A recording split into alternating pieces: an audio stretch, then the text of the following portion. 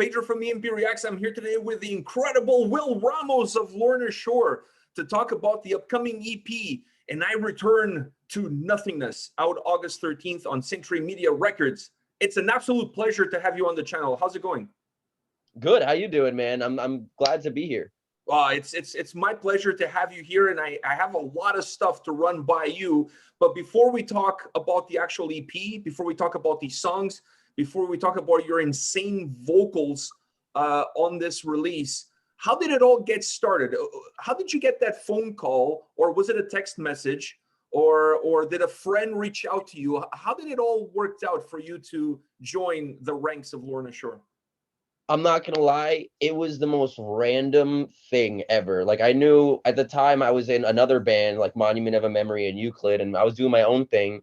And then I heard the whole CJ thing happened, and I've always been listening to Lorna Shore since, like, I can't even remember, maybe like 2012, 2000. It's been a while, you know what I mean? And when I heard about the news, I was like, wow, that sucks. Everyone's putting out, at the time, everybody was putting out like videos, and I was like, there's no way that I'm even gonna have a shot if literally everybody is putting out a video. You know what I mean? I was like, I'm just gonna stay in my lane, do what I'm doing with my own music. And then, like, well, I guess I've known them for a little bit, because my old band Awaken Providence, we did like a little weekender with them. So we were always like kind of familiar with one another. And like, I knew Austin just from, like, he did photography for us once. And so but he hit me up and he was like, yo, dude, long time no talk. Hope everything is good. Do you want to freaking put vocals on a track? I'll send you an instrumental. And I was like, what? I was like, oh, hell yeah, dude. I was like, you're asking me to do it? Then definitely I'll do it. You know what I mean? Like, at the time I was just like, there was such a flood of videos coming out. I was like, I had no hope. And then when he asked me to do it, I was like, wow, now I kind of have a little bit of hope. And then I gave him the video, and then long story short, ended up here again. It all worked out somehow. Here you are. What do you think you bring to the table as far as your vocals are concerned that made you the perfect fit for Lorna Shore? Well, I love, just like, first of all, I try and like I try to make my highs just like my own kind of thing. So it's kind of like, always, even in my previous bands, it's always been like one of my fortes, you know what I mean? So when I really try to bring in like a whole new like aspect of not just vocal technique wise, but just like lyrically also, like I try to bring a whole mess of things into it. I personally felt more connected to Tom's lyrics when he wrote, like, Flesh Coffin and all that stuff. And I was like, I want to write more things like this, but I also want to bring in like a better technique, like hopefully a more improved technique. And then, and we'll see how it goes. So, I mean, I think it works perfectly, because, like, I don't know, like, again, it reminds me of my old band Awaken Providence in a way, because we are very similar styles. So, like, it clicked so well. I really feel that, especially with all the other elements of everybody else coming in, it's perfect, dude. I love it. It's great. How much anticipation was brewing inside of your soul, inside of your dark soul, as to the Hellfire is becoming closer and closer, of becoming the first single, the first video, and the fans finally going to get a taste of this new Lorna Shore? Dude, I was going insane. Like, I can't even begin to. I feel like we had these songs for like a little while. We've been working on them since, like, basically when we got back from Europe last year. So that was the longest year ever, it feels like, especially because of, all the COVID and all that. So we've had it for like a year before it came out. So that whole year I was just like, oh my God, I want somebody to hear this, but I can't show anybody. You know what I mean? Like, the hardest part about, I feel like, being in a band is having something that you can't show anybody yet. You know what I mean? So, like, the anticipation killing me inside. Absolutely. First time that I listened to the EP, I made a post on Facebook saying that I just punched two mountains that headbutted a volcano, and it's only 10 o'clock in the morning. You know what I mean? Like, this is crazy. I can only imagine you guys sitting on this, knowing how sick these 3 tracks are, and not being able to share it with anybody until the first single comes out. Oh, I mean, I'll tell you, it's also like one of those things where, like, when you've heard something so many times, you kind of get like mute to it, or like blind to it. And like, especially something when you create it yourself. So it's like, I was like, oh, this song's really good. And I'm like, listen to it more. I'm like, yeah, it's good. Like, it's great. You know, it's a great song. I hope it does well. And then once it came out there and everybody was eating it up, I was like, wow, okay, I didn't know it was gonna do that well. Like, I couldn't be more happy. You know what I mean? But we definitely didn't. I didn't expect it, to be honest. It caught you a little bit by surprise. Yeah, definitely.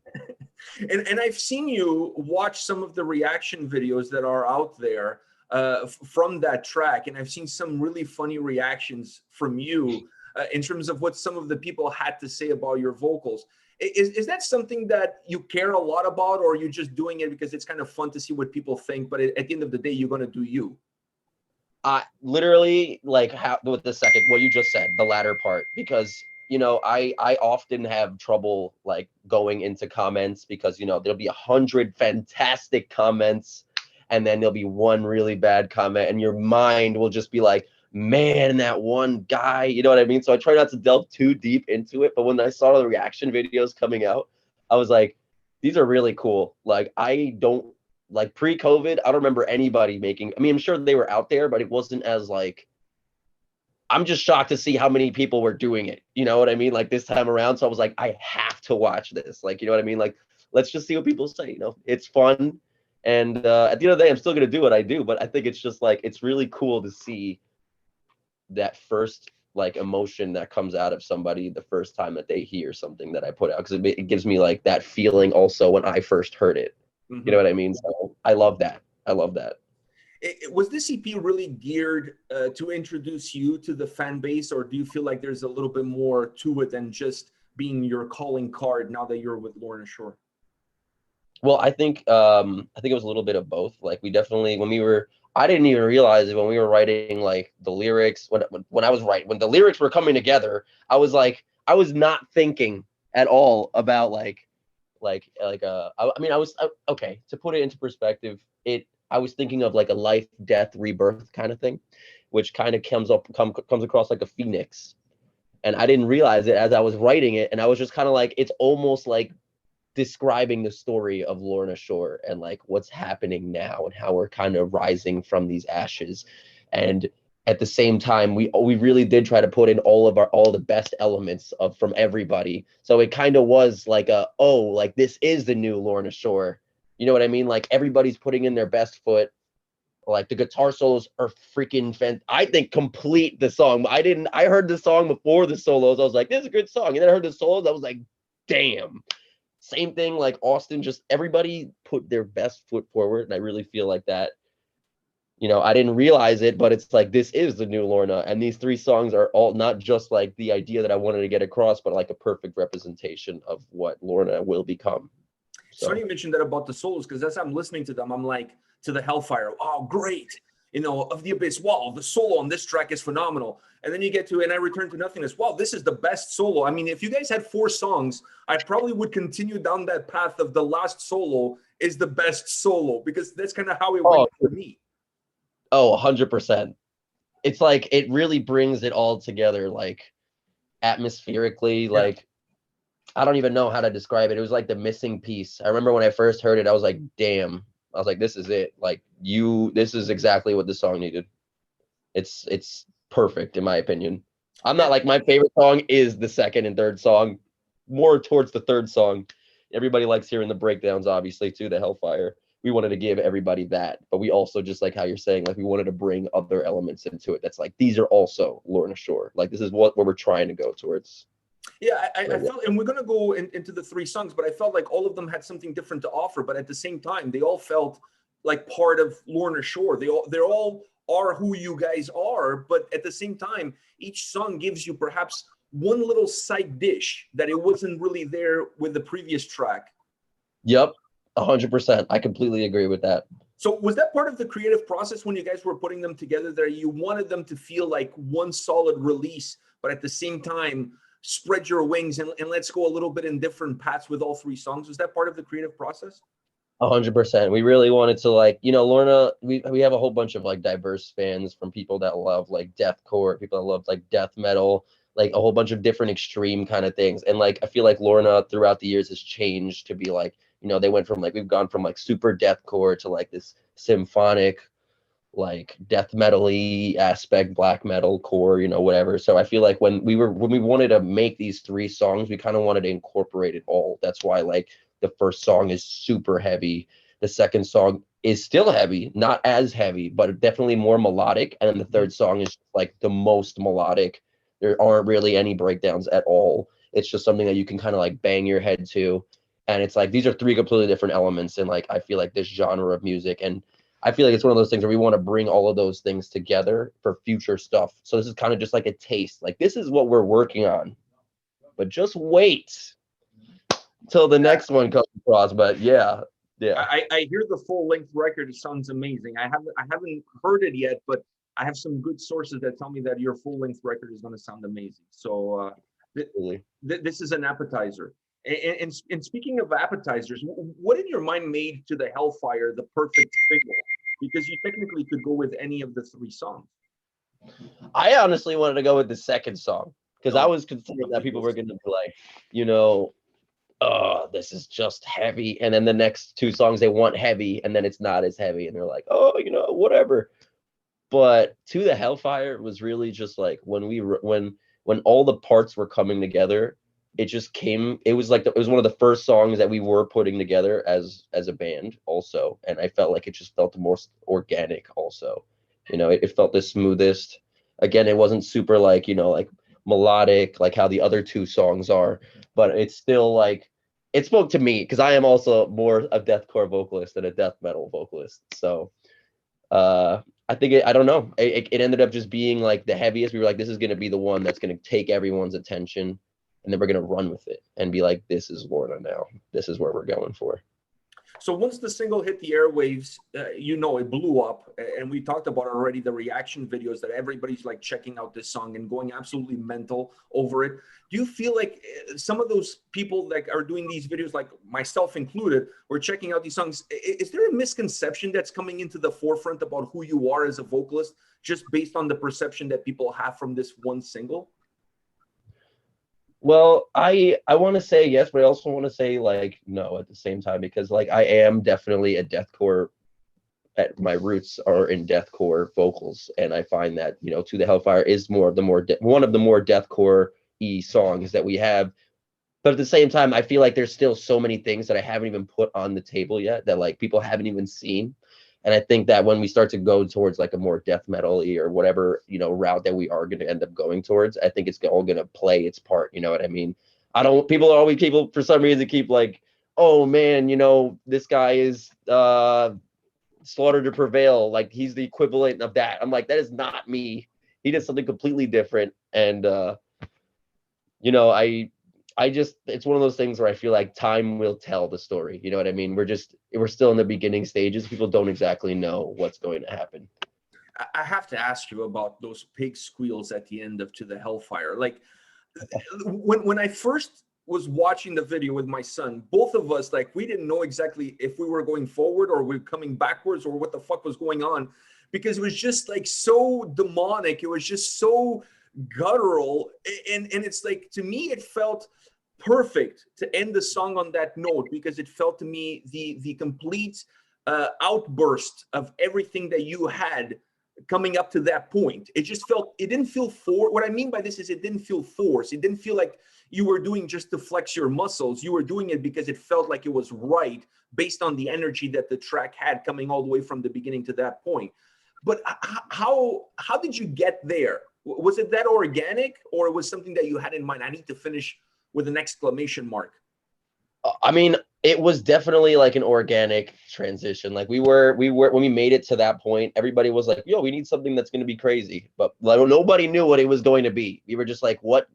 You know what I mean? And I happen to listen to like a lot of like death metal, or I'm starting to get into the world of death metal. But I've been listening to a lot of like Infant Annihilator and like bands that really like draw like a lot of inspiration like from me, or to me rather. And I'm like, you know what, listen, what kind of like spirit can I invoke, in this moment right here? And with the way when it came out in the end, I was like, everybody was like, boom.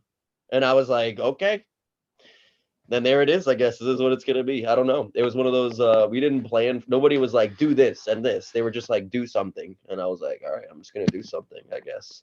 Yeah, So I feel like it was organic, you know what I mean? At the same time. you needed an exorcism by the time that the track is rolling out. Where do you pull that from? Is that an easy element for you to add to your arsenal of weapons vocally? Oh, I mean, like I said, I've always been good with my highs. Like that's just like been my people think that it's like my signature thing, I guess. So when I was doing this, it was totally fine. I was like, this feels good. I was like, this feels normal. This is like exactly like I said, organic. This is how it should have been in my mind. I, So I was floored because I don't know where you pulling that from. I was just like, I cannot even scratch the surface if I was trying to do it. If I was trying to do it, probably I would dislocate a rib or something like that. And I was like, this dude is he just nailed it. Like, it's just insane how you pull that off at the end of the track. And it becomes a little bit of that signature that song has. It becomes integral part of that song. And of you showing yourself as the new Lorna Shore singer. So I thought it was phenomenal. I loved it. thank you so much. You know, but actually, we actually did one take record that one too. So that's how you know that it was organic Wow. as hell. It was literally just like, let's do it. And it was like, boom, there it is. Mic drop. It's over. It's done. Years of spicy food and misery inside. You know, I just pulled it out. That was what it must have been. Spicy food. That has to be it, dude. I'm telling you. Your favorite song on the EP is Of the Abyss. I found it to be a more symphonic driven track. It definitely depends a lot more on that symphonic elements that are characteristic now of the Lorna Shore sound. How do you navigate that more clear cinematic? Because I honestly thought that song had a little bit of a movie score sound to it. How do you navigate your vocals through that world? I mean, I've always just been like singing to like, I don't do, I know a lot of people have this misconception about deathcore vocalists. That it's like, when you're a deathcore vocalist, you're a deathcore vocalist. All you do is deathcore shit. But like, I've always been practicing things from other genres. Like, I've had opera lessons. I've had a whole bunch of different things. Like, I've always been practicing other styles of like metalcore, and like maybe I'll try putting screams on like EDM track or something like that. So I've always been kind of like the person who's like, I feel comfortable trying to fit whatever it is that I'm listening to, because I feel like I do have more of an arsenal where I can just be like, all right, I want this screams fits this, so we're gonna do this. You know what I mean? So it wasn't too crazy for me. I was actually just talking to somebody the other day about like the best part about being a musician for me is that feeling, that one moment where you connect with the music, like how we're talking about right now, where just like it's like this perfect harmony of like something in your brain clicks and it's like boom, like this fits perfectly, and then you start to like stay in this state of mind where you just start slamming out everything, and it just fits and fits and it fits. And that's for me like the best thing about like even just being in music in general, being able to plug my voice into things like that are symphonic and score like and still make it work at the end of the day. Yeah, I thought it was phenomenal because the way you guys also mix that track is really important because you don't want one element to overshadow the other or overstep the other. But I thought you guys found this perfect balance, and making that song such a movie score style track really sets it apart. It's one of my favorites. I mean, I love all three, but I like the cinematic feel that it gives. I love that, man. I hope that everybody feels that way from beginning to end of this banger of an EP that we got. And at the end of the EP, you have "And I Return to Nothingness." That song has a little bit of a sense of finale at the end. The way it finishes off, it's almost like the curtain coming down at the end of the play. Oh yeah. What do you take from that song to you that's the most important aspect of that track? I mean, I love personally, I do like the way that it ends. It is a very epic ending, Mhm. which kind of like brings everything together. You know, I think about the beginning of the EP, it started with like this fantastic like acoustic guitar thing, which kind of Exactly. really brings it in. And then when it ends on like a super epic symphony, like we have synths going on, like that kind of feeling for me speaks the most, because you can listen to a breakdown a whole bunch of billions of times and then maybe you'll get tired of it, but then there's something about that symphony and that feeling that you get that I feel like the last song really brings together, because it doesn't have any breakdowns. So if you like this song, you're going to like it for it being a song. You're going to like it because you like the symphonies or you like the lyrics. I personally like the lyrics a lot because I tried writing it about like being reborn from ashes and just, you know, coming back and a rebirth kind of thing. And I think that speaks a lot to me. I really wanted to write a song about that originally. So it took 2 songs to get to that. To get there. But we got there. So I think that's cool. One question that I have for you, and I have just a couple more questions, is that listening to these 3 songs, I felt like you guys created 3 tracks that have a title that matches the atmosphere. It's not always the case, because sometimes you listen to a song and the title doesn't really paint the picture of what you're going to listen to. But when you listen to these 3 songs, if you just look at the title, that's exactly what you're going to get from the atmosphere of the track. To the Hellfire, it feels like you're going into the fire. Of the Abyss, it felt like it had a little bit of a spiral at one point, like you're coming into darkness. Yep. And then Return to Nothingness has that sense of feeling of kind of going full circle. Was that the idea behind the atmosphere and the title? Did you guys have that conscious effort of marrying those 2 elements together? 100%. We had the idea to the Hellfire, which was like, this is really like, this is great. We definitely wanted to work with the idea of Hellfire and hell, and just like, you know, again, like this like idea of rebirth. And I remember freaking Adam hit us one day with, he's like, dude, I got this really, you know, awesome idea for like, what if we made it into like a haiku? And now if you actually read it, it is a haiku, to the Hellfire, of the Abyss, and I Return to Nothingness is like, we wanted to be more poetic about it. So he was like, what if we try going down this haiku route? And then in the end, like it flowed and it made sense to us. And we were like, and then when we really like thought about it afterwards, you're like, this is To the Hellfire. Yeah. This is totally Of the Abyss. And it's like, it's one of those things where like we just kind of were doing it, and then we thought about it after. We were like, this is perfect. You know what I mean? Like, yeah, it definitely did work exactly the way it was supposed to. I think you know, Adam did a good job with that. He was like, man, this haiku, we got to do it. I was like, haiku, you're a genius. Nobody haikus. It is a genius, because you're matching the titles of the songs to the atmosphere of the tracks, and then to the order in which the songs are coming, because there's a sense of, even though the songs sound different musically, at least have some different elements, there's a sense of continuity. That experience that starts with the Hellfire really continues down the line with the other 2 songs.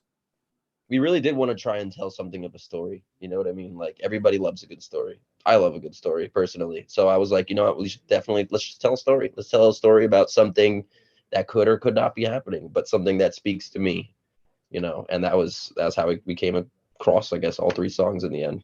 We were like, we're gonna make 3 songs. I was like, what the hell are we gonna make 3 songs about? And I was like, oh, this is it. This is great. Let's do this, you know. Rock and roll. Last question for you, and that is, with the EP around the corner, I know you guys are going to have some shows in the US to celebrate this release, to showcase it to the fans. Outside of that, what can fans expect from Lorna Shore? What's around the corner beyond the EP? Oh, man. We're gonna be playing a lot of shows. We're gonna be going on tours, especially with this EP, but we're gonna be putting out more content than ever. Like, we're really gonna try and, you know, it's a new beginning, you know what I mean? So there's no reason that we shouldn't be putting 110% of the effort into it. So, you know, we're really gonna come back with like this is new Lorna. We're bigger and better than we've ever been, and we hope to stick to that. And we hope that, you know, everybody likes what we got, this EP. I hope you guys like it, you know. Yeah, keep touring, keep speaking to the fans, you know, one-on-ones. People love that, and I love that, you know. So that's all that we can really hope for. I think what I can say to you, Will, is that the only problem with this EP is that it's only an EP. That's the only problem with the EP. It's only 3 songs. That's it's not long enough. But I just put it on repeat, and I just listened to it. Like, I think the first day that it hit my mailbox, I listened to it nonstop for like 4 hours, just like, oh, dude, I love that. Like on loop, just on loop. And every time I would hear the song, even though I already knew the song, I would be like, oh, this is just killer. Hit me up one more again. time. Yeah, one more time. Hit me up again. It is just absolutely phenomenal. I think you guys have a home run here with these 3 tracks, and it leaves really a good taste for the fans in terms of what they can expect for a full-length record. Absolutely. I'm glad that you like it, man. I hope that everybody else I can only hope that everyone else appreciates it as much as you do. Hey, if people don't punch mountains because of this EP, I'll punch them. So like, that's how it's going to I'm go. gonna be expecting volcanoes to be headbutted. You know, I'm waiting over here. Oh man, it's just killer, man. You guys are amazing. Well, thank you very much for your time today. All the best to you and the rest of the gang. And I hope to see you guys up north in Canada at some point playing some incredible tracks live. Me too, man. I can only hope that we make it out there as soon as possible, dude. Thank you for having me on your show. It was great. Well, thank you for taking the time. All the best. Take care, man.